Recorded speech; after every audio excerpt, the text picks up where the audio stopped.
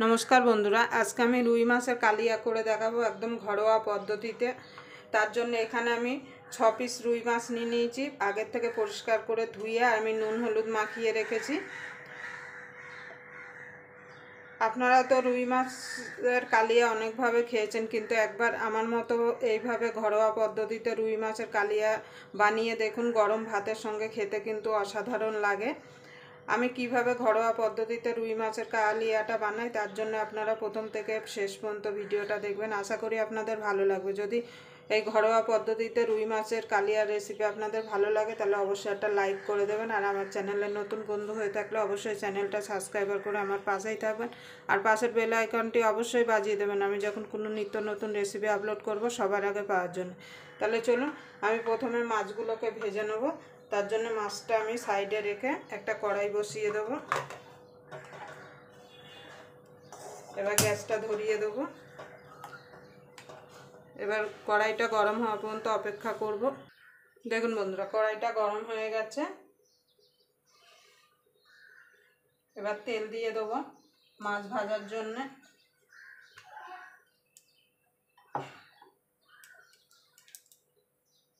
এবার তেলটা গরম হওয়া পর্যন্ত অপেক্ষা করব।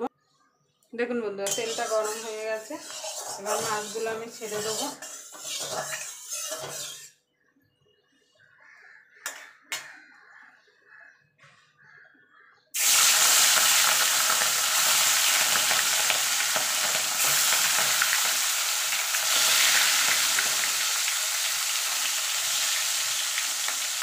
মাছগুলো আমি একটু টপিট করে একটু লাল লাল করে ভেজে নেব।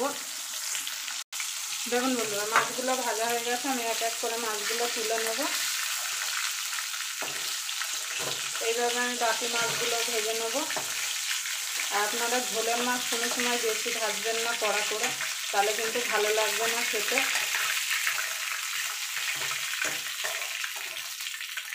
এবার বাকি মাছগুলো আমি ভেজে নেব।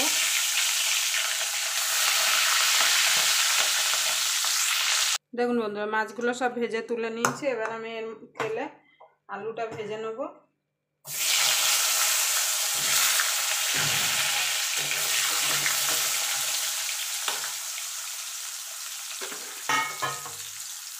আলুর মধ্যে দিয়ে দেবো একটু নুন, একটুখানি হলুদ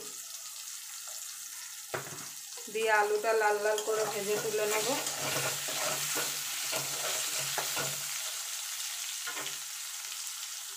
দেখুন বন্ধুরা আলুগুলো ভাজা হয়ে গেছে, লাল লাল করে তুলে নেব।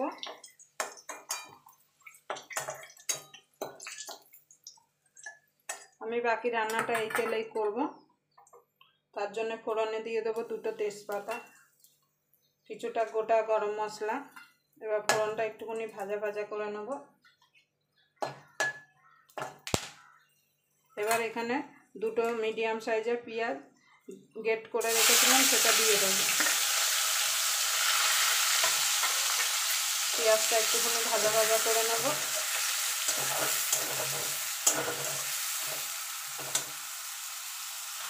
দেখুন বন্ধুরা পেঁয়াজটা একটু ভাজা ভাজা হয়ে গেছে। এবার দিয়ে দেবো আদা রসুন বাটা।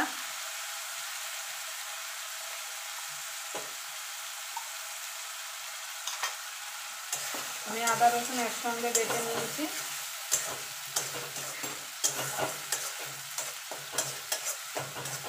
এবার আদা রসুন আর পেঁয়াজটা ভালো করে একটু কষিয়ে নেব যতক্ষণ কাঁচা গন্ধটা চলে না যাচ্ছে।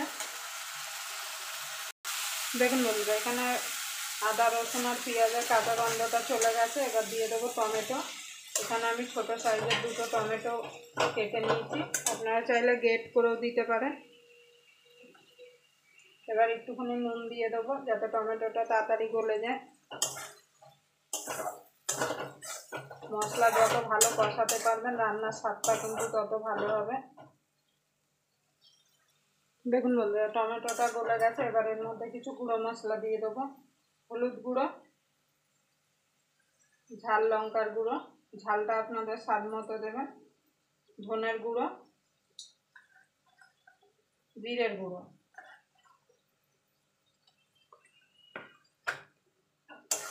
এখানে আমি কাশ্মীরি লঙ্কার গুঁড়ো দিলাম না, কেন আমার কাশ্মীরি লঙ্কার গুঁড়োটা শেষ হয়ে গেছে। আপনাদের থাকলে আপনারা এখানে অ্যাড করতে পারেন।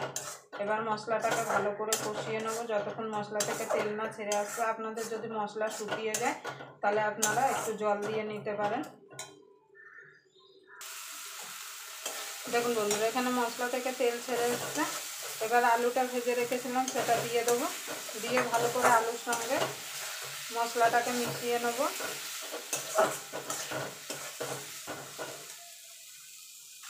এবার ঝোল দিয়ে দেবো। আপনারা যেমন ঝোল রাখবেন সেই বুঝে এখানে জলটা অ্যাড করবেন।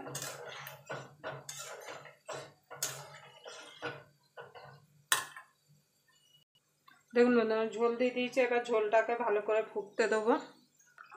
দেখুন বন্ধুরা, মাছের ঝোলটা ভালো করে ফুটে গেছে। এবার মাছগুলো দিয়ে দেবো। মাছগুলো দিয়ে খুব বেশি ফোটাবো না, মিনিট খানেক একটু ফুটিয়ে নেব।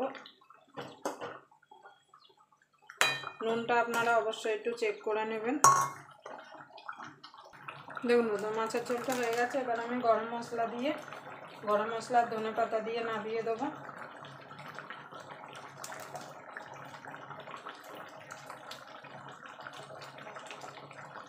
দিয়ে দেবো ধনে পাতা।